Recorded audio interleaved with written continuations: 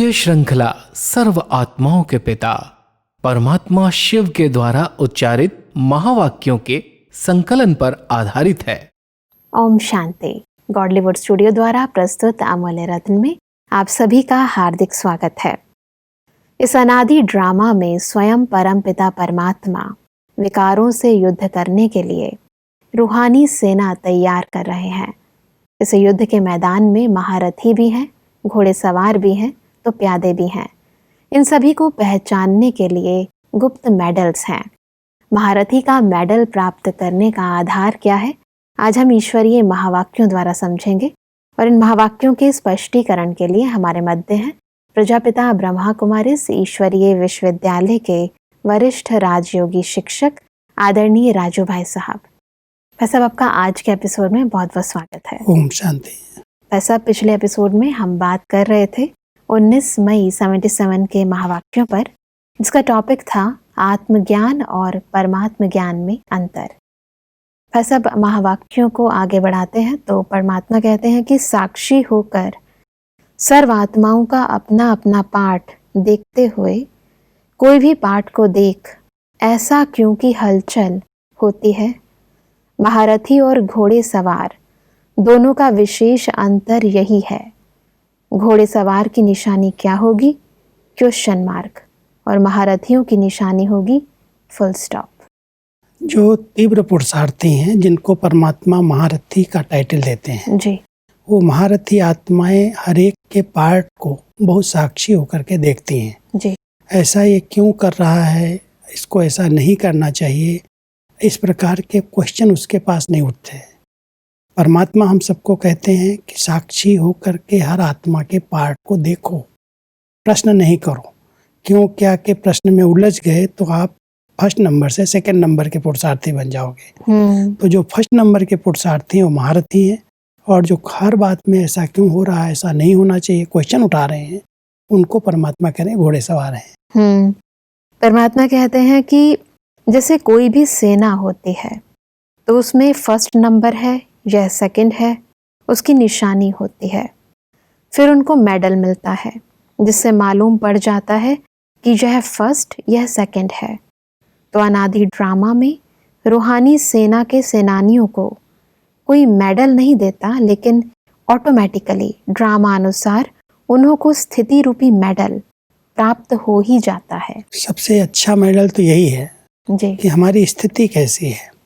तो स्थिति के आधार से अपने आप को हम मेडल दे सकते हैं जी। फर्स्ट में है या सेकंड में है।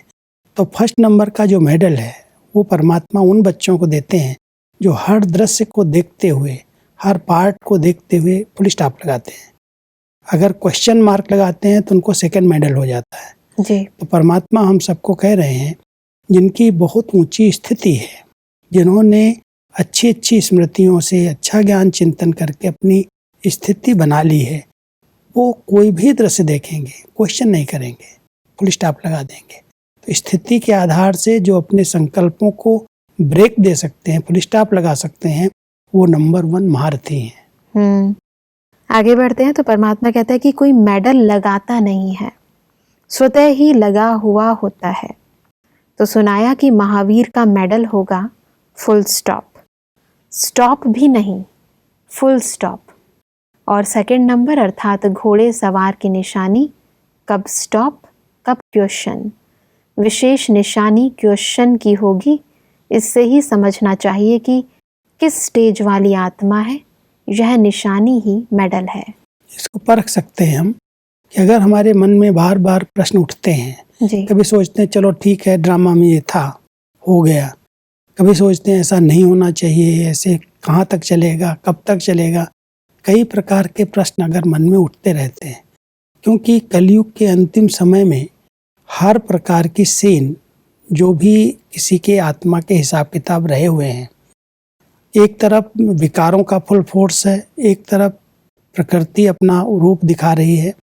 तो कोई भी दृश्य देख करके मन के अंदर उलझन पैदा न हो, प्रश्न न उठे, उसके लिए बहुत ऊंची स्थिति चाहिए। और अच्छी स्थिति जिसने बनाई है ज्ञान और योग से जी, वो सेकंड में फुल स्टॉप लगाएंगे, स्टॉप भी नहीं, फुल स्टॉप जी।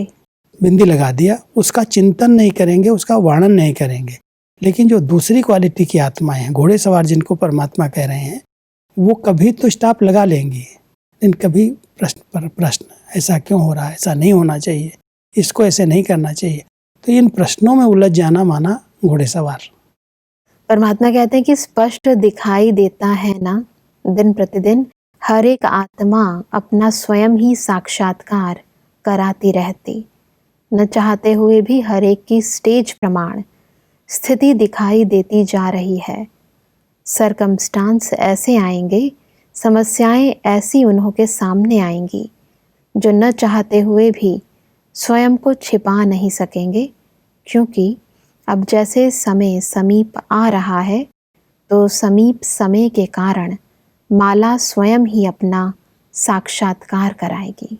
जो माला प्रसिद्ध होनी है, 8 की, 108 की, 16,000 की, परमात्मा कह रहे हैं माला ही बता देगी कि कौन किस माला के दाने हैं जी।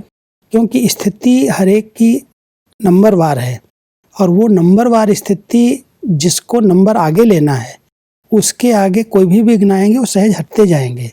और अगर सेकंड थर्ड नंबर वाले हैं तो वो विघ्नों में रुकेंगे, ठहर जाएंगे, उलझ जाएंगे। तो परमात्मा कहते हैं समय अभी ऐसा समीप आ गया है जो हर आत्मा अपनी स्थिति का साक्षात्कार कराएगी। क्या मैंने स्टेज बनाई है, किस तरह का हमने पुरुषार्थ किया है, वो साक्षात्कार हो जाएगा। और जो माला में नंबर 1 आने वाली, आगे आने वाली आत्माएं हैं, उनके आगे कोई विघ्न रुकेगा ही नहीं, आएगा और चला जाएगा। उनको ऐसे ऐसे चांस मिल जाएंगे जो और वो आगे बढ़ जाएगा। और कईयों के आगे कोई न कोई रुकावट आएगी, ठहर जाएंगे, क्वेश्चन उठेंगे, उलझ जाएंगे, वो माला के सेकंड नंबर में चले जाएंगे। बस अब परमात्मा कहते हैं कि स्थिति अपना नंबर ऑटोमेटिकली प्रसिद्ध करती जा रही है। ऐसे अनुभव होता है ना, किसको आगे बढ़ना है तो उसको चांस ही ऐसा मिल जाता, किसको पीछे का नंबर है तो ऑटोमेटिकली समस्या व बातें ऐसी सामने आएंगी जिस कारण स्वतः आगे बढ़ने की ठहरती कला हो जाएगी। कितना भी चाहें लेकिन आगे बढ़ नहीं सकेंगे, दीवार को पार करने की शक्ति नहीं होगी। कई बार ऐसे हो रहा है, अभी वर्तमान समय दिखाई देता है जी। जिनको आगे जाना है, जिनका नंबर आगे है, उनको कोई न कोई ऐसे चांस मिल जाते हैं अपनी उन्नति करने के जी। और कईयों के आगे चांस होते हैं लेकिन वो दीवार आ जाती है विघ्नों की। बढ़ना चाहते हुए भी बढ़ नहीं पाते, माना वो सेकंड नंबर वाली माला के हैं। फर्स्ट नंबर वाली माला के जो हैं उनको चांस मिलते जा रहे हैं, आगे बढ़ते जा रहे हैं, न चाहते भी कोई न कोई ऐसी उन्नति की पुरुषार्थ की बातें उनके सामने आती है जिससे लगता है ये अपने आप में आगे बढ़ रहे हैं। और कई चाहते हैं, चाहनाएं हैं, लेकिन वो सेकंड नंबर वाले हैं, इसलिए उनके आगे कोई न कोई विघ्न आ जाते हैं। बिल्कुल। और परमात्मा कहते हैं कि इसका भी मूल कारण कि शुरू से हर गुण शक्ति का पॉइंट का अनुभवी बनकर नहीं चले हैं। बहुत थोड़ी आत्माएं होंगी जिन्हों का फाउंडेशन अनुभव है, लेकिन मेजॉरिटी का आधार संगठन को देखना, वह सिर्फ सात्विक जीवन पर प्रभावित होना, एक सहारा समझकर चलना, वह किसके साथ से उल्लास उमंग से चल पड़ना, किसके कहने से चल पड़ना, नॉलेज अच्छी है उसके सहारे चल पड़े। ऐसे चलने वालों का अनुभव का फाउंडेशन मजबूत न होने कारण चलते चलते उलझते बहुत हैं। अपने फाउंडेशन को चेक करना चाहिए।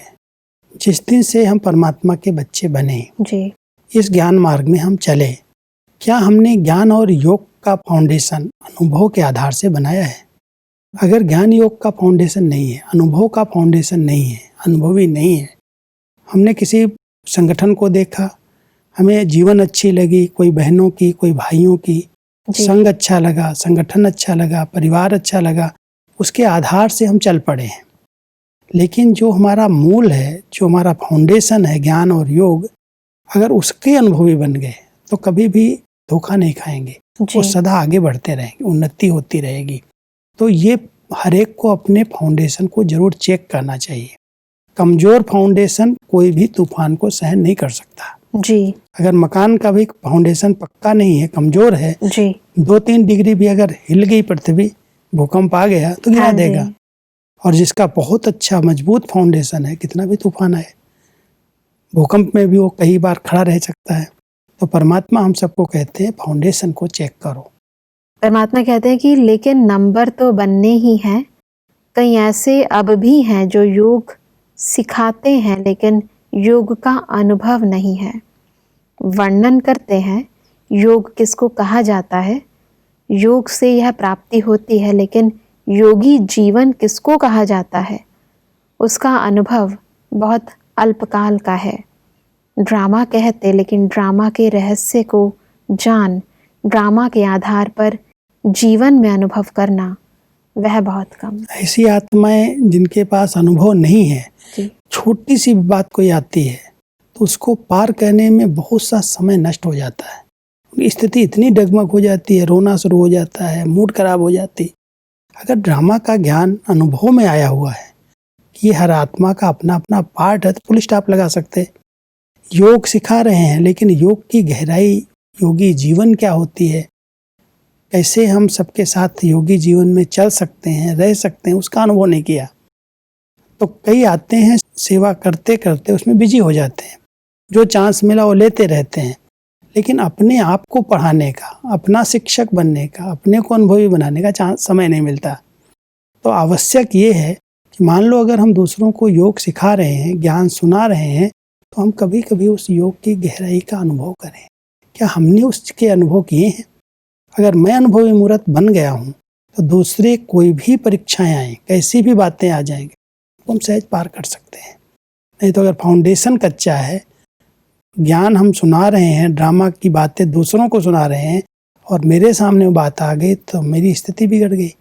परमात्मा कहते हैं जो अनुभवी हैं वो अनुभव के फाउंडेशन के आधार से कभी हिलती नहीं है, नहीं तो छोटी छोटी बातें उनको डिस्टर्ब कर देती। जी। परमात्मा कहते हैं कि ऐसा दिखाई देता है ना, फिर भी बाप कहते हैं कि ऐसी आत्माओं को भी साथ देते हुए मंजिल तक तो ले जाना ही है ना।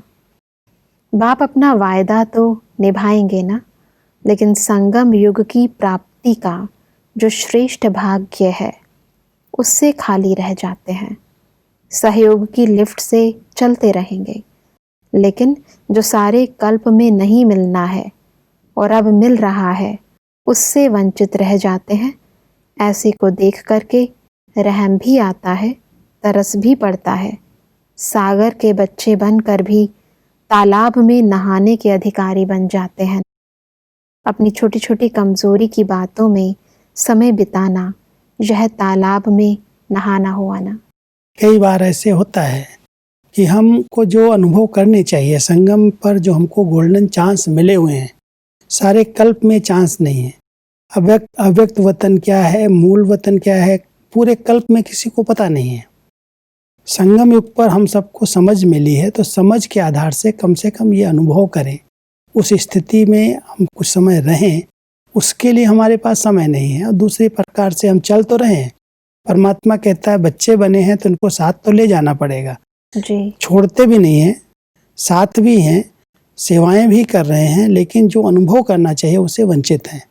तो परमात्मा कहता है सागर में नहाने की बजाय सागर के बच्चे और छोटी छोटी बातों में तालाबों में नहा रहे हैं। माना इनके क्लास सुन लिए, उनके अनुभव सुन लिए, उसके आधार से चल रहे हैं। खुद अनुभव की अथॉरिटी नहीं बने, अनुभवी बन जाएं, सागर में नहाना सीख जाएं, तो तालाब में छोटी छोटी बातों में कहीं उलझेंगे नहीं। आगे बढ़ते हैं तो परमात्मा कुछ ग्रुप से मुलाकात कर रहे हैं। परमात्मा कहते हैं कि सभी सदा साथ का अनुभव करते हो, क्योंकि मुख्य बात है बाप को अपना साथी बनाना। अगर सदा का साथी बनाएंगे तो माया स्वतः ही अपना साथ छोड़ देगी, क्योंकि जब देखेगी इन आत्माओं ने मुझे छोड़ औरों को साथी बना दिया तो किनारे हो जाएगी। सदा बाप के साथी बनो, सेकंड भी किनारा नहीं। जब साथी साथ निभाने के लिए तैयार है, फिर किनारा क्यों करते? परमात्मा का तो वायदा है कि मैं अपने बच्चों के साथ रहता हूँ, लेकिन अगर वो साथ निभा रहा है और हम उसके साथ को विस्मृत कर दें, भूल जाएं, तो माया चांस ले लेगी। तो माया देखेगी इसने तो मेरा साथ छोड़ दिया, तो आपके बीच में इंटरफेयर नहीं कर सकेगी। तो आपकी लगन जिस प्रकार से परमात्मा के साथ है, जी। और उसके साथ जितना स्नेह है, साथ बना करके, साथी रख करके आप कर्म कर रहे हो, उतना आप माया जीतो। नहीं तो माया कहीं ना कहीं से देखेगी, अकेले हो गया तो वार करेगी। बिल्कुल। परमात्मा कहते हैं कि सदा अपने को खुशी में अनुभव करते हो, जैसे स्थूल खजाने के मालिक सदा खजाने के नशे में रहते, ऐसे खुशी के खजाने से भरपूर अपने को समझते हुए चलते हो। सदा खुशी का खजाना कायम रहता है, वह कभी लुट जाता है। अगर खजाना कोई लूट लेता तो खुशी भी चली जाती। खुशी जाना अर्थात खजाने का जाना। वास्तव में ये जो खजाना है खुशी का, जी। जितना जितना हम इस खजाने का, ज्ञान के रत्नों का दान करते हैं, दूसरों को खुशी का दान करते हैं, उतना ये खजाना हमारा बढ़ता जाता है। लेकिन अगर कोई भी बातों की हम परवाह करने लगते हैं, इसने ऐसे बोला, इसने ऐसे किया, तो जो बोल का प्रभाव हमारे ऊपर आ जाता है, कोई की बातों को हम बहुत गहराई से सोचने लगते हैं, तो हमारा ये खुशी का खजाना गायब हो जाता है। जी। हमारी खुशी नष्ट हो जाती है। परमात्मा कहते हैं तुम किसी की बातों की परवाह मत करो। अगर कोई बोल भी रहा आपको, कोई ऐसे कॉमन बात, साधारण बात से आपको कह रहा है, ऐसे ऐसे बातें हो रही हैं, जो आपको खजाना मिला हुआ है, उसके स्मरण में रहो, उसके चिंतन में रहो, तो आपकी खुशी कभी नष्ट नहीं होगी। खुशी का खजाना जिसके पास है, उसके पास सब खजाने जैसे मौजूद हैं। बिल्कुल। खुशी गायब हो गई तो बाकी सब होते हुए भी जैसे बेकार हैं। बिल्कुल सही बात है। ऐसा परमात्मा कहते हैं कि खजाना तो बाप ने दिया, लेकिन उसे संभालने वाले नंबरवार हैं। यह खजाना अपना है तो अपनी चीज की कितनी संभाल रखी जाती, छोटी सी चीज को भी संभाला जाता। यह तो बड़े ते बड़ा खजाना है, अगर संभालना आता तो सदा संपन्न होंगे, तो सदा खुशी से रहते हो। ब्राह्मण जीवन है ही खुशी, अगर खुशी नहीं तो कुछ भी नहीं। परमात्मा ने हम सबको ये बहुत बड़ा खजाना दिया है। खुशी का खजाना सबसे बड़ा खजाना है जी। लेकिन खुशी गायब करने वाले बहुत आते हैं सामने। कोई भी छोटी बात अगर कह दिया और हम उसको फील कर लिया, महसूस कर लिया, वो अंदर चली गई, तो हमारी खुशी पहले गायब हो जाती। परमात्मा कहता कोई अपनी चीज जो होती है ना, उसको बहुत प्यार से संभाला जाता है, कहीं कोई गुम ना हो जाए। अगर एक रुमाल भी गुम हो जाता है तो संकल्प चलने लगते हैं, कहाँ चला गया, कहाँ छोड़ दिया। परमात्मा कहता है ये खुशी तो आपके जीवन का खजाना है, सबसे बड़ा खजाना संगम पर मिला है। कोई भी बात, कभी मान लो कोई ने छोटी मोटी इंसल्ट कर दी, कोई ने मेरे को डिसरिगार्ड कर दिया, कोई ने मेरे से बात को समझा नहीं या मेरी बात को स्वीकार नहीं किया जी। और हम मूड खराब कर लें, मेरी खुशी गायब हो जाए, तो परमात्मा कहता है इतना बड़ा खजाना एक छोटी सी बात के कारण तुमने गंवा दिया। कुछ भी बातें हों, अगर इस खजाने पर हम पहरा दे रहे हैं, अटेंशन है कि मेरा ये खजाना कायम रहना चाहिए, कुछ भी बातें आए उनकी परवाह नहीं करनी। तो एक बहुत अच्छी बात हम दादियों से सीखे हैं। दादियाँ हमेशा कहती है डोंट थिंक। जी। वैसे सोचने के बिना कोई रह नहीं सकता है, लेकिन जब वो डोंट थिंक कहती हैं तो उस बात पर अटेंशन खिंचवाती हैं कि जो बात मेरे काम की नहीं है उसको मुझे देखना भी नहीं है, सुनना भी नहीं है, सोचना भी नहीं है। जी। कई बार प्रश्न उठते हैं कि आपकी जवाबदारी नहीं है, तो परमात्मा कहते हैं जो जवाबदार हैं वो नहीं सोच रहे हैं और तुम अपने को जवाबदार निश्चित करके फिर सोच रहे हो जी। कि ऐसा क्यों हो रहा है, ऐसा नहीं होना चाहिए। तो खुशी कब गायब होती है उस पर ध्यान देना चाहिए। कई बार संगठन के बीच में अगर कोई भी बात मेरी नहीं सुनी गई, मेरी नहीं मानी गई, मुझे कोई ने कट कर दिया, मेरी बात का रिस्पेक्ट नहीं किया गया, मेरी खुशी गायब हो गई। परमात्मा कहता है इस पर बहुत अटेंशन दो, ये बहुत बड़ा खजाना आपको संगम पर प्राप्त है, कभी भी ये खजाना कोई भी लूट न ले जाए। क्योंकि अक्सर इंसान खुशी का आधार बना लेता है, कभी किसी पद को, पोजीशन को, किसी प्राप्ति को, किसी व्यक्ति को। अगर उसने हद को आधार बनाया है तो वो आधार खिसकेगा तो उसकी खुशी भी गायब हो जाएगी। बिल्कुल। अगर किसी व्यक्ति को, मान लो प्रशंसा को मैंने आधार बनाया कि मैं जो कुछ कह रहा हूँ या मैं जो कर रहा हूँ लोग इसकी प्रशंसा तो करें जी, और वो प्रशंसा नहीं हुई तो मेरी खुशी गायब हो गई। बिल्कुल। तो परमात्मा कहता है कोई हद का आधार नहीं बनाओ, आधार है परमात्मा स्वयं, जो सर्वशक्तिमान, जिसने हमें निमित्त बनाया है, जी। उसको आधार बनाया है। तो ये छोटी छोटी बातों, अगर इन पर हमने केयर कर लिया, इन पर ध्यान दिया, तो हमें कभी भी खुशी स्थायी नहीं रह सकती। तो स्थायी खुशी में रहने के लिए, इस खजाने को सदा कायम रखने के लिए, हमें कोई भी बातों की परवाह नहीं करनी। बिल्कुल। कभी कोई हमारी इंसल्ट करता है, कभी कोई मेरी कंप्लेन भी करता है। कई बार ऐसे संगठन में होता है, जी। कोई को मेरी बात सहन नहीं होती या कोई ईर्ष्या होती है, फट से बड़ों को जा करके हमारी कंप्लेन कर देता है। जी। और उस कंप्लेन को उसने अगर मान लिया, स्वीकार कर लिया और उसी तरह से हमारे से व्यवहार किया, तो हम सोचते हैं हम तो इतने अच्छे चल रहे हैं, हम तो श्रीमत प्रमाण चल रहे हैं, फिर मेरी इसने झूठी कंप्लेन क्यों कर दी? जी। इसने झूठ बोला ना, इसलिए मेरी खुशी गायब हो गई। अब उसने झूठ बोला और मेरी खुशी गायब हो गई। परमात्मा कहता है इस पर ध्यान दो, भले उसने झूठ बोला, उसकी खुशी गायब होनी चाहिए, मेरी खुशी क्यों गायब हो, जब मैं कायदे से चल रहा हूँ। तो ऐसी बातों को अगर सामने आती हैं तो उनकी परवाह नहीं करनी। बिल्कुल सही कह रहे हैं सब। परमात्मा कहते हैं कि सदैव अटेंशन रखो, रास्ता जान लो कि किस रास्ते से खजाना लुट जाता है। उस रास्ते को बंद करो, फिर सदा शक्तिशाली अनुभव करेंगे। खजाने को संभालना सीखो, संभालने का आधार है अटेंशन। तो सदा खुश रहने का अपने से वचन लो। वचन लो, प्रतिज्ञा करो, कुछ भी हो जाए मेरी खुशी कोई लूट नहीं सकता।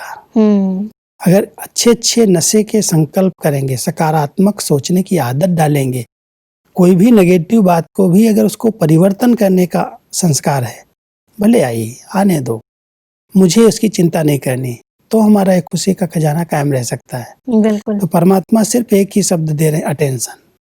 अगर अटेंशन है कि इस खजाने को कोई भी लूट न ले, सिर्फ इतना ही अटेंशन है, तो हम इसमें संपन्न बन सकते हैं। बिल्कुल। और ये जिसके पास खजाना है ना, उसकी खुशी भी गायब नहीं होती और साथ साथ उसका योग बहुत सहज लग जाता है, क्योंकि योग का आधार खुशी है।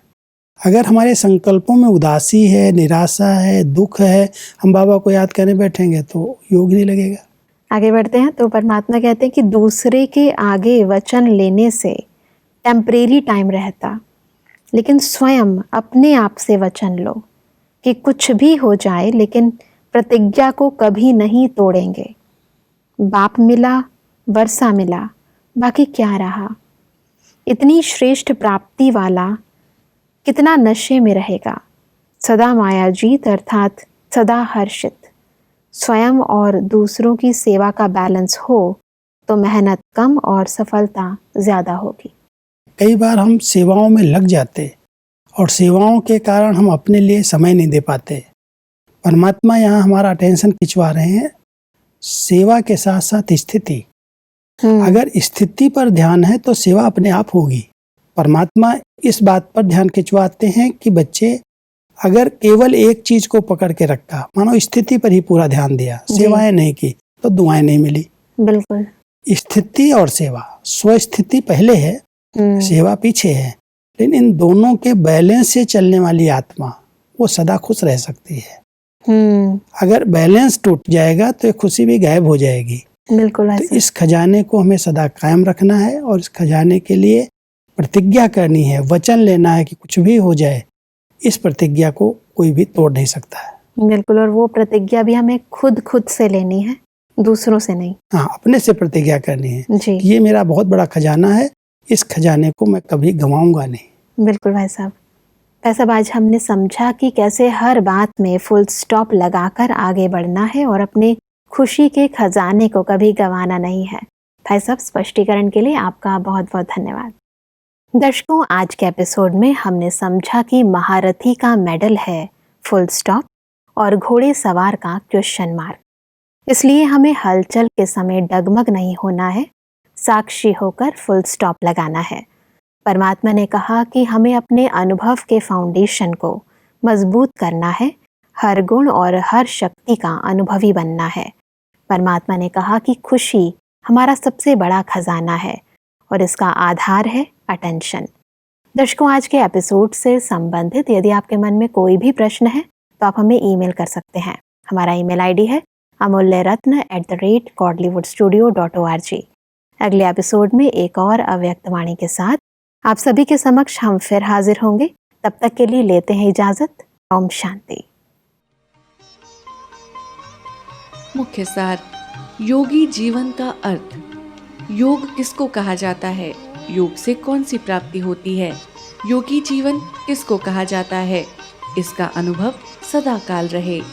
ड्रामा कहने के साथ साथ ड्रामा के रहस्य को जान ड्रामा के आधार पर जीवन में अनुभव करना।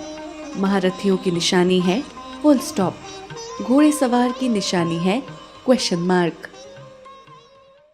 अधिक जानकारी के लिए संपर्क करें Amulya Ratan Godlywood Studio, Manmohini Van, Shantivan post, Abu road 307510, district Sirohi, Rajasthan.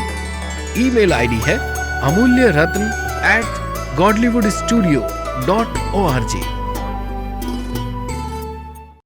इस श्रृंखला को प्रजापिता ब्रह्मा कुमारीज ईश्वरीय विश्वविद्यालय के सेवा केंद्रों पर क्लास में नियमित रूप से चलाने के लिए गॉडलीवुड स्टूडियो से संपर्क करें।